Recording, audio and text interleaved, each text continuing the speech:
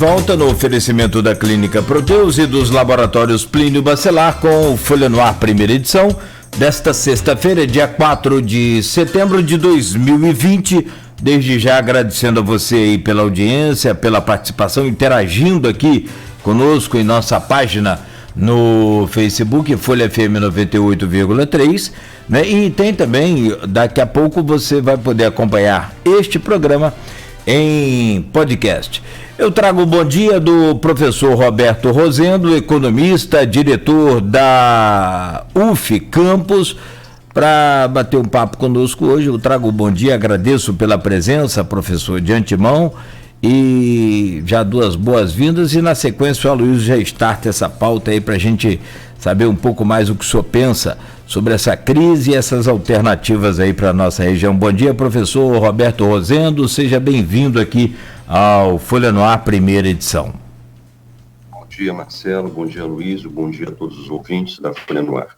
É um prazer estar aqui, debatendo aqui com vocês e buscando contribuir de alguma maneira com as questões que envolvem o nosso município de Campos. Então, Rosendo, a gente já fez essa entrevista publicada no último sábado. Vai ser um painel com você, com o Raul Palácio, reitor da UENF, você como diretor da UF Campos, e com a diretora do Isecenza, a professora Elizabeth Landim. E, quer dizer, a crise financeira do município é muito grave, né? A gente abordou ela de maneira detalhada no painel. Nós vamos trazer outro agora para ser publicado nesse sábado, com o reitor do IFE, né? O Jefferson Manz de Azevedo, o diretor da Faculdade de Medicina, Gilberto Pellegrini, e a reitora do Uniflu, né? A Inês Ururaí. Em rápidas palavras, em rápidas letras, você tem um orçamento aí, um orçamento projetado aí 1,7, 1,5. A própria retração dele para 1,57, como calculou o professor Alcimar Chagas, da UENF, você classificou de otimista. E você, de certa maneira, como bom economista que é, você foi até meio profético. Isso foi publicado no sábado, na terça-feira foi divulgado o PIB brasileiro do segundo trimestre, com uma queda de quase 10 pontos percentuais, 9,7% para ser mais exato, o que é uma coisa que não acontecia há pelo menos 20 anos no país, né? Quer dizer, como é que você vê essa crise particular de Campos e a piora dela dentro desse cenário nacional, que também não é fácil? Bom dia, Rosendo. Bom dia, Aloysio. Bom, a crise de Campos é uma crise estrutural, que nós chamamos de uma crise estrutural. Isso tem a ver com problemas institucionais, com problemas, né, de gestão, que são problemas, né, como eu falei, institucionais, e problemas da própria dinâmica de desenvolvimento do país, de suas unidades federativas, de estados e municípios. Então, quer dizer, isso tem a ver com o processo histórico que o Brasil vive, né, na sua construção da sua identidade, do seu desenvolvimento. Então, nós tivemos vários períodos na economia brasileira em que nosso modelo de desenvolvimento permitia uma taxa de crescimento. Eu acho até muito interessante você ter tocado nessa questão do PIB, Aloysio, porque, obviamente, como uma unidade subnacional, que é o município de Campos, ele sofre o reflexo das políticas macroeconômicas e até da dinâmica internacional, certo? Então, por exemplo, no período do século passado, nos anos década de 30, século passado, nós tínhamos uma economia basicamente agrícola, o Brasil inteiro. Campos vivia da produção sucroalcooleira, teve seu dinamismo até a segunda metade da década de 50. Nós passamos de uma mudança agroindustrial para vamos dizer assim, uma dependência da questão do petróleo dos anos 70, dos anos 80, e principalmente uma dependência dos royalties petrolíferos que nós estamos vivenciando aí. Então, como eu disse lá naquela reportagem, por escrito, nós fizemos, Campos, em particular, são os maiores receptores, Campos e Macaé, de royalties e participações especiais, chegaram a ter, no auge, cerca de 2/3 da sua receita, não é, orçamentária, base do seu orçamento, de royalties do petróleo. Então, quer dizer, é uma dependência muito grande. Então, é óbvio que quando você tem uma crise internacional, já que o petróleo é uma commodity, sujeito às mudanças, aos sabores dos preços internacionais, o preço do petróleo cai, e isso impacta na distribuição de royalties, na fórmula de cálculo da distribuição, obviamente, vão chegar menos royalties para os municípios, em particular Campos e Macaé, que são os maiores receptores do Brasil, ainda hoje, e isso vai impactar diretamente, enfim, nas políticas públicas. Então, quer dizer, essa dependência é muito ruim. Então, isso se soma a uma crise econômica, que, como eu disse, é estrutural. Nós vamos viver agora, vivemos na década de 2000, a menor taxa de crescimento da década desde 1900. O economista Roberto Macedo fez um cálculo, eu trouxe aqui, né, de 1999 a 2009, a taxa de crescimento do PIB brasileiro, média, foi de 1,39. É a menor desde a década que começou em 1900. Né? Então, em 1900, nós crescemos, só para o ouvinte ter uma ideia, né? Quando nós tínhamos uma economia agroexportadora, tipicamente agroexportadora, 1900 até 1910, nós crescemos 4,5, tá certo? 1930 ficou nessa faixa, né? Nessa faixa aí, 4,4. Década de 50, governo Vargas, quando você tem processo de industrialização no Brasil, e depois JK, 50 anos em 5, o Brasil cresceu 7,1% na década. Governo militar, transição do governo João Goulart para o governo militar, década de 60, que foi um período muito conturbado politicamente, mesmo assim, mantendo, não é, a política de crescimento, substituição de importações, chamado desenvolvimentismo, nós crescemos 6%. Nos anos 70, governo militar, 8% na década. Né? Aí nós chegamos, chamada década perdida, Luiz, que foram os anos 80, comparado com as décadas anteriores, nós crescemos 3,39% na década perdida. E nos anos 90, 1,75%. Fernando Henrique Cardoso.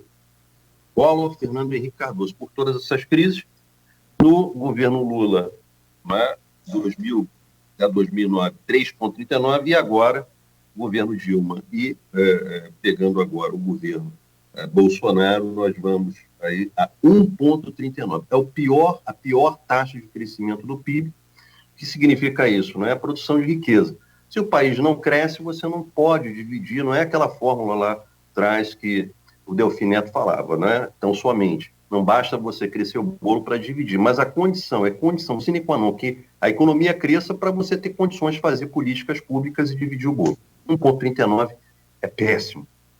Então, a gente vê aí crescimento da pobreza, da miséria, das favelas, e só cortar gastos, é importante isso, uma política austera, mas só isso não resolve o problema do Brasil, não resolve o problema de estados e de municípios. Então, como eu falei, é um problema estrutural que precisa ser visto no plano do governo federal, no plano dos governos estaduais, no plano dos municípios, tendo em vista o crescimento da economia e uma melhor distribuição da renda. Mas, só para... Tem aqui os comentários, eu estava no início, eu não tinha visto, tem aqui os comentários que eu queria ter falado sobre isso no bloco passado. Tem aqui o Marcelo Sá, aí fala assim: bom dia para todos, o Republicanos confirmou a chapa Tadeu Coronel Ramiro. Estou esperando a semana toda o Luiz comentar isso. Eu falo, Marcelo Sá, meu filho, a convenção foi ontem, como é que você pode estar a semana toda esperando? Então você está com bola de cristal. Está mais afiado na bola de cristal que o Rosendo, que antecipou a queda do PIB no brasileiro. Mas acho que o Rosendo faz com alimentos mais seguros que você. Mas, Luiz... Oi. Se você me permite, ele tem um comentário antes aqui. Bom dia para todos. Os republicanos confirmou aí confirmou a chapa Tadeu e o Coronel Ramiro. E falando em republicanos, Trump diminuiu a distância para o candidato democrata. Eu não sei, mas acho que como ele colocou duas mensagens, ficou meio confuso aqui. Talvez seja isso, ele queria que você comente aí sobre o Trump. O Trump está apostando claramente Ele teve lá na cidade de Kenosha, Wisconsin, que é um estado. Aquele sistema de colégio eleitoral deles é um estado estratégico, né? Nas coisas de delegado. Inclusive, um dos motivos da Hillary ter perdido em 2016 foi que ela não foi a Wisconsin, né? Que é um estado democrata, e é onde estão esses problemas todos aí, raciais, né? Em que um policial branco deu 7 tiros pelas costas de um negro, e Kenosha, mesma cidade. E o Trump foi para lá, houve protestos, queimaram coisa, Trump foi lá, sequer citou o nome o episódio do cidadão negro que levou 7 tiros da polícia. E ontem também quem foi para lá foi o candidato democrata Joe Biden, né? E teve lá com a família, com os familiares do cidadão que foi alvejado com 7 tiros pela polícia. Agora, Trump está apostando nisso. Eu acho sinceramente que o que o Trump está fazendo, Trump sabe que como já perdeu em 2016, vai perder no voto popular de novo, e está tentando jogar no colégio eleitoral. Em 2016 foi exitoso. Vamos ver agora em novembro de 2020. E também o João da Costa Cunha fala aqui: supostos crimes que envolvem verba pública não estão sujeitos à prescrição. Me desculpe, João da Costa Cunha, eu sou leigo, mas todos os crimes têm prescrição, até homicídio. Demora um pouquinho mais. Ademais, é legitimado para denunciar a MP. Você sabe muito bem disso. João da Costa Cunha, meu filho, o MP pode ofertar ou não denúncia. O MP pode investigar a mim, a você, o Cláudio, o Rosenda, pode decidir no final da investigação, ou com base na investigação da polícia. Olha, tem elementos para ofertar denúncia, não tem elementos. No caso de Rosinha, eu não estou pré-julgando, ele enxergou elementos, né? Aí você tem que brigar com a MP, né? Comigo também não vou entrar nessa briga de foice no escuro, que é comentário de Facebook. Rosendo, vamos para o nosso canavial aqui, como dizia Capi.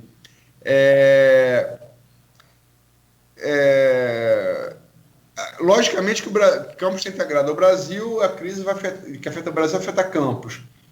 Mas como você bem citou na sua primeira análise, Campos tem essa particularidade de viver das receitas do petróleo, que, como eu disse desde a abertura, estão em decadência, pelo menos desde o final de 2014, já se vão 6 anos. E, logicamente, que a crise da pandemia ela reduziu a circulação de pessoas e de automóveis também, diminuiu muito a demanda de combustível fóssil, o preço do petróleo despencou de novo.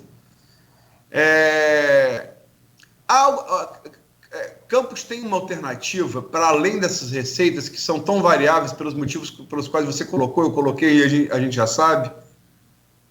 Sim. Qual seria essa alternativa?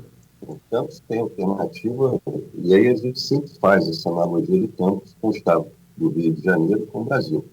Nós temos assim, um potencial extraordinário. Nosso município aqui em particular passa, Paraíba do Sul por aqui, quer dizer, nós temos água em abundância, terra em abundância, o nosso solo é fértil, nós temos uma população que não é pequena, né, mais de 400 mil habitantes. Então, e Campos do ponto de vista territorial, um dos maiores municípios do estado do Rio de Janeiro. Então, quer dizer, o potencial é muito grande. Agora, o que nós precisamos? E onde está o elemento fundamental da mudança, da transformação, disso que nós definimos como subdesenvolvimento? Você pode ter todos os recursos, fazendo analogia de um computador, né, do hardware, mas seu software, né, que é a inteligência que você tem para operar o sistema, que é o componente do software do hardware, ou seja, a inteligência mais a estrutura, o equipamento. Se o equipamento for muito bom, você tem terra, você tem pessoas, você tem riquezas naturais, Se você não consegue, né, materializar isso aí no produto final, articulando, né, essa inteligência à sua infraestrutura, então você não consegue desenvolvimento. Então, o que eu quero dizer, Luiz, que a base para o desenvolvimento, não só do município de Campos, mas do estado do Rio de Janeiro e também do Brasil, está na questão fundamental da educação. Os outros países, como China, que na década de 60, Coreia do Sul, tinham uma taxa de crescimento e um desenvolvimento igual ou pior do que o Brasil, perceberam isso, fizeram grandes investimentos na questão da educação, da inovação tecnológica, do conhecimento, não é? E deram um salto institucional, deram um salto político, deram um salto na sua infraestrutura, e hoje são países no rol, não é? Inclusive, mais quando é a questão da Coreia do Sul, país já considerado desenvolvido, países asiáticos. E o caso da China, também vale lembrar, né, um país de 1 bilhão e 400 milhões de pessoas, hoje é a segunda economia do mundo, e daqui a 10 anos vai passar os Estados Unidos. Então, quer dizer, o segredo é esse, investimento em educação, em conhecimento, né, que é para além da educação. Então, o Campos tem, sim, do meu ponto de vista, tem saída, né, mas ela também perpassa por uma política estadual e nacional. Ô, Rosenda, além do anúncio do PIB desastroso aí, que você anteviu até no painel, repito, essa semana também foi marcada pela reforma administrativa, né? Que era esperada, aliás, era esperada até antes, depois do sucesso da aprovação. Sucesso que eu falo, não estou fazendo juízo de valor sobre a reforma. Mas o Brasil aprovou uma reforma de Previdência que a França tenta fazer mais modesta e não consegue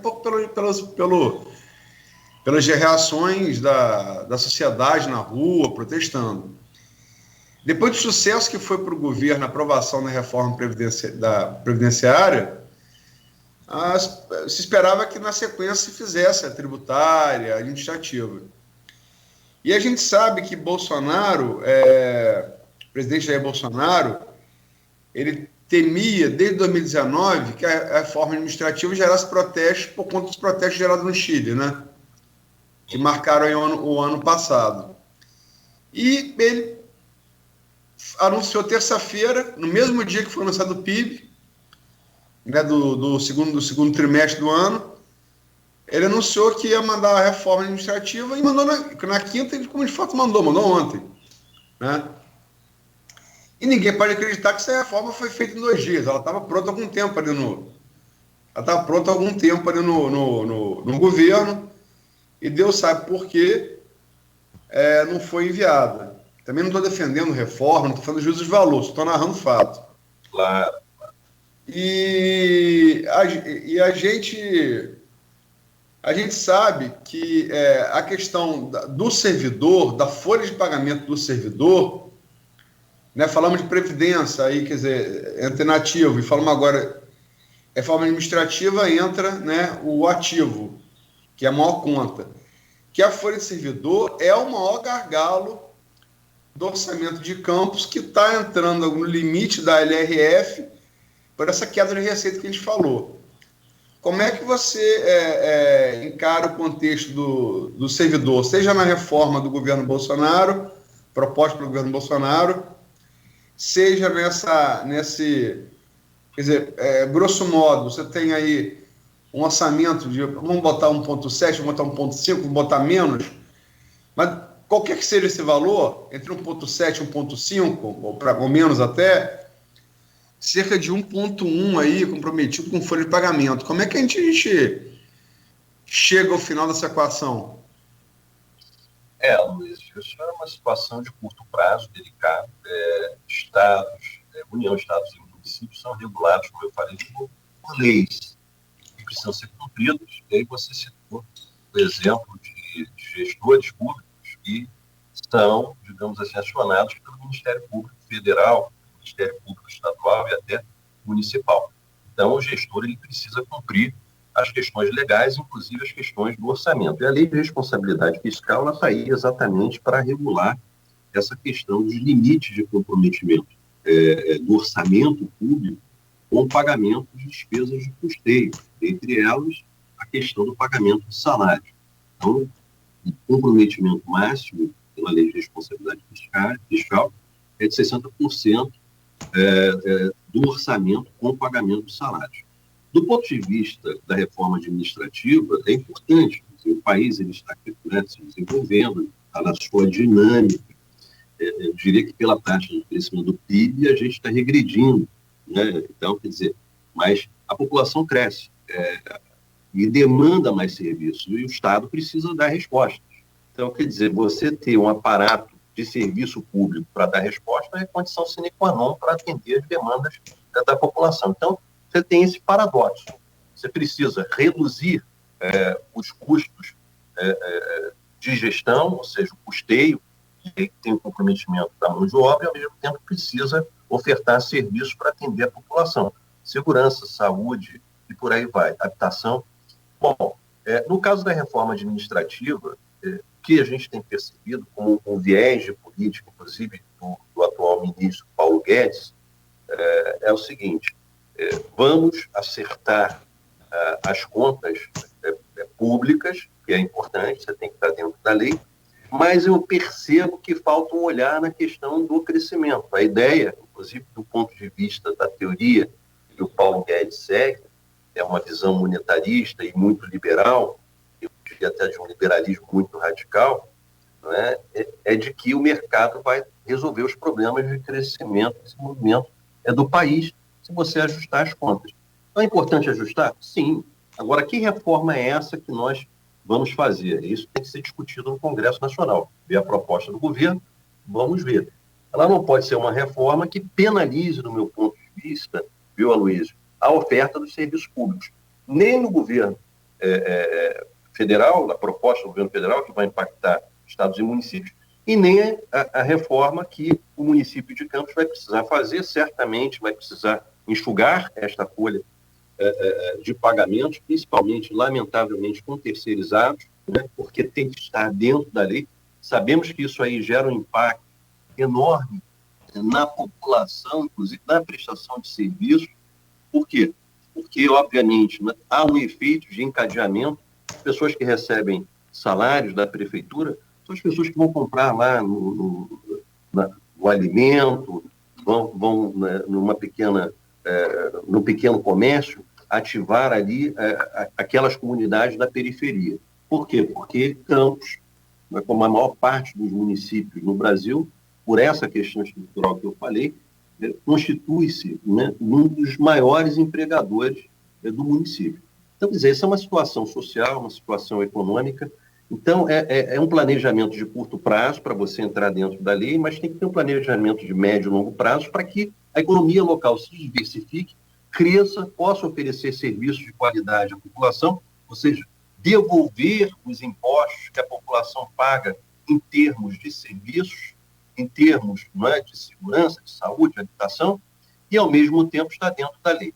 Então, como eu falei, é problema estrutural, problema institucional, que precisa ter uma visão de curto, médio e longo prazo e precisa ter uma gestão política. Então, o que nós vemos no Brasil é que um político entra e muda toda a dinâmica, ou procura mudar a lógica, muda, inclusive, a nomenclatura das políticas que foram feitas no passado, quando não extingue com aquelas políticas que muitas vezes são políticas positivas, tanto do ponto de vista social quanto do ponto de vista econômico, financeiro, por uma questão eleitoral.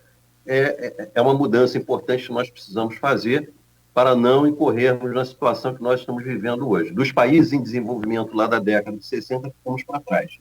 Os outros estão se desenvolvendo, o Brasil está regredindo, infelizmente. Esse paralelo que você usou aí com os asiáticos, a China eu acho que, assim, particularmente, acho que é um caso à parte, né? Tem até rapaz, esqueci o nome dele agora, um historiador francês, não é Brodel, não. Até porque o Brodel morreu há algum tempo já, mas é mais atual. Ele tem uma frase que fala o seguinte: a China não está voltando a ser a maior potência econômica do mundo. A China sempre foi. A China teve um hiato ali, que vai do iluminismo e revolução industrial até agora. Agora, a China, desde a antiguidade, sempre foi a maior economia do mundo, até pelo mercado interno que possui, né? A China sempre foi o país mais populoso do mundo. Mas eu queria me estender um pouco mais na questão da reforma administrativa e falar da questão específica de Campos, mas, Cláudio, são 8h10, vamos fazer um intervalo. Vamos sim, são 8h10. Ontem o presidente da Câmara Federal, o Rodrigo Maia, deu um depoimento, dessa parte do depoimento, ele disse que existem duas formas de economia. O professor até comentou sobre essa questão da qualidade aí, e ele falou exatamente isso, eu não sei se vocês acompanharam. Ele falou, uma economia que o governo pode fazer com essa reforma administrativa é justamente a financeira, claro, a parte, né, em espécie, e a outra é oferecer um serviço de qualidade, melhorar a qualidade do serviço público, do servidor público.